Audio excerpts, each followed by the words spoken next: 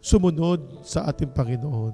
Ibig sabihin lamang po ng ating Panginoon. So kasi ang unahin natin, unahin natin ang ating Panginoong Diyos. Dito lang po sa ating lugar pag minsan, maraming mga pinagkakaabalahan ang mga tao. Naandun pa rin ang sila ay nakakalimot pag minsan. Mas inuuna pa nila ang mga bagay-bagay na kumbaga ay lumalayo sila sa ating Panginoong Diyos.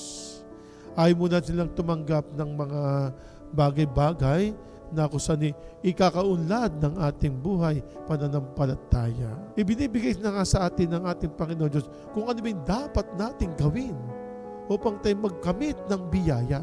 Ang Diyos na ang nagsasabi sa atin na laging, halik kayo, pumunta kayo dito, makibahagi kayo sa akin. Lagi lamang po siya naghihintay dito, naandyan siya.